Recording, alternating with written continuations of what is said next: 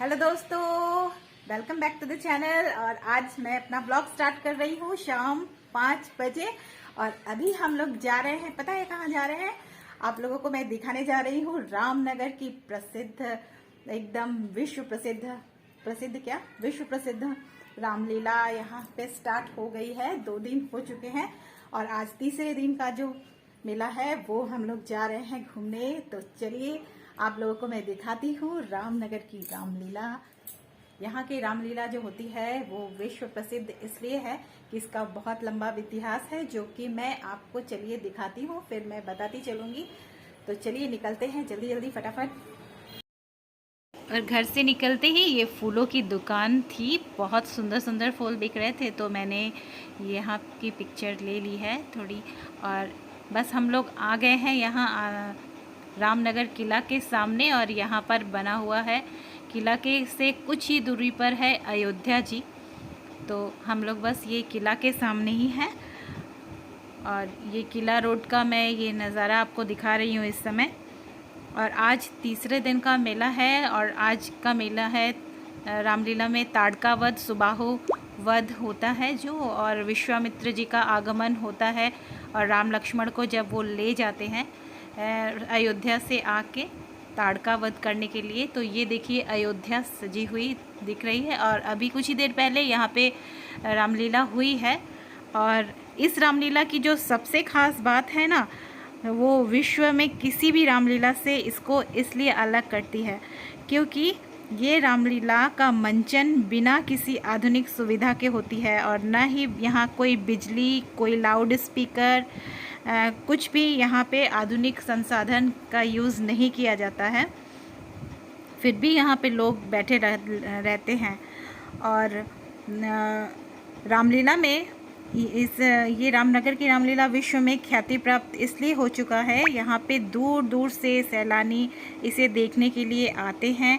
और रामनगर की इस रामलीला को जीवित रखने का श्रेय काशी नरेश को जाता है, क्योंकि इसी परिवार की आर्थिक मदद से हर वर्ष ये मनाया जाता है। और मर्यादा पुरुषोत्तम राम की गाथा यहाँ बहुत ही अनोखे ढंग से मनाई जाती है। और यहाँ की रामलीला अन्य किसी रामलीला से जैसी नहीं है। यहाँ एक मंची रामलीला नहीं होती है। लीला के लिए हर स्थान अलग अलग गई है। जैसे अयोध्या एक स्थान पे है तो जनकपुर अन्य स्थान पर, और इसी तरह लंका, पंचवटी, अशोक वाटिका आदि अलग अलग स्थान पर हैं। और ये देखिए यहाँ पे शिबू लगा रहा है चंदन का तिलक, क्योंकि यहाँ पे जो लोग रामलीला देखने आते हैं वो तिलक जरूर लगाते हैं। देखने वाला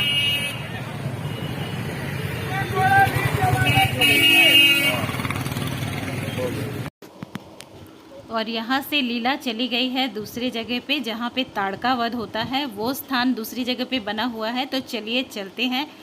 और यहाँ पे रामलीला 5:05 पर शुरू हो जाती है और रात 9 बजे तक चलती है। और दर्शक अलग होते हैं और साथ में रामचरितमानस पुस्तक को भी साथ में लिए होते हैं, और साथ में चौपाई साथ साथ वो लोग पढ़ते रहते हैं। और ये देखिए शाम हो गई है चलते चलते। और इस रामलीला की जो सबसे खास बात ये है कि यहाँ बिना किसी आधुनिक सुविधा के, देखिए यहाँ पे किसी भी बिजली या लाउड स्पीकर का कोई यूज़ नहीं होता है। सिर्फ पेट्रोमैक्स से लगाकर ये मेला यहाँ पर का मंचन किया जाता है। और लगभग 10,000 दर्शक होते हैं यहाँ प्रतिदिन। लीला के समापन से पहले आरती होती है। और आरती के इसी मान्यता के साथ आरती के समय भगवान विष्णु स्वयं यहाँ आते हैं, इसलिए भक्तगण चाहे जहाँ भी हों आरती के समय एकत्रित जरूर हो जाते हैं। और यहाँ पे आरती के समय सफ़ेद और लाल आतिशबाजी से समापन होता है। और यहाँ की एक ख़ास बात ये भी है कि महाराजा बनारस जो हैं वो पूरी रामलीला देखते हैं। और रामनगर के राजा साहब के आगमन का भी एक नियम है, यदि मंचन का स्थान दूर होता है तो घोड़ा या बग्गी में जाते हैं, फिर करीब पहुंचकर हाथी पर सवार हो जाते हैं।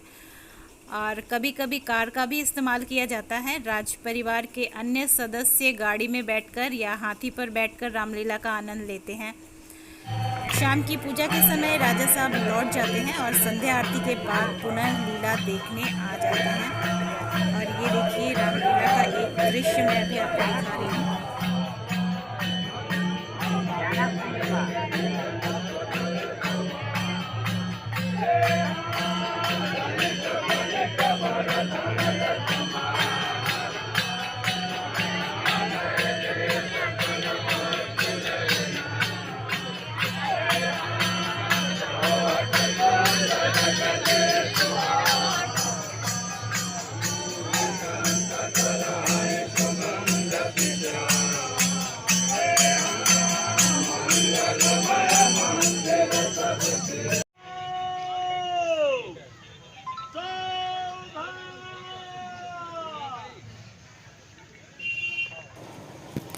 और डायलॉग बोलने से पहले एक व्यक्ति बोलते हैं चुप रहो सावधान, और उनके कहते ही सारे लोग बिल्कुल साइलेंट हो जाते हैं इतनी, और फिर डायलॉग्स शुरू होते हैं। ये देखिए।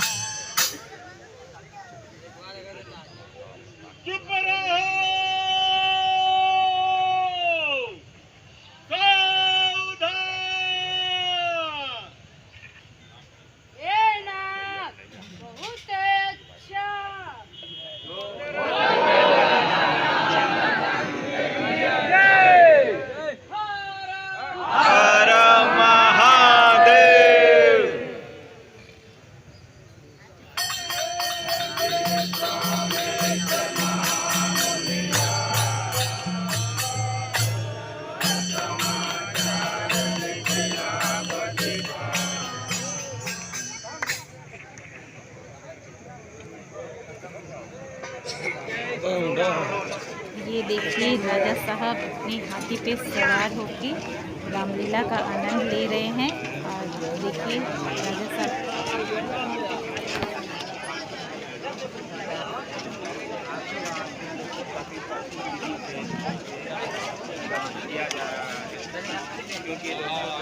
सालों से चला आ रहा है।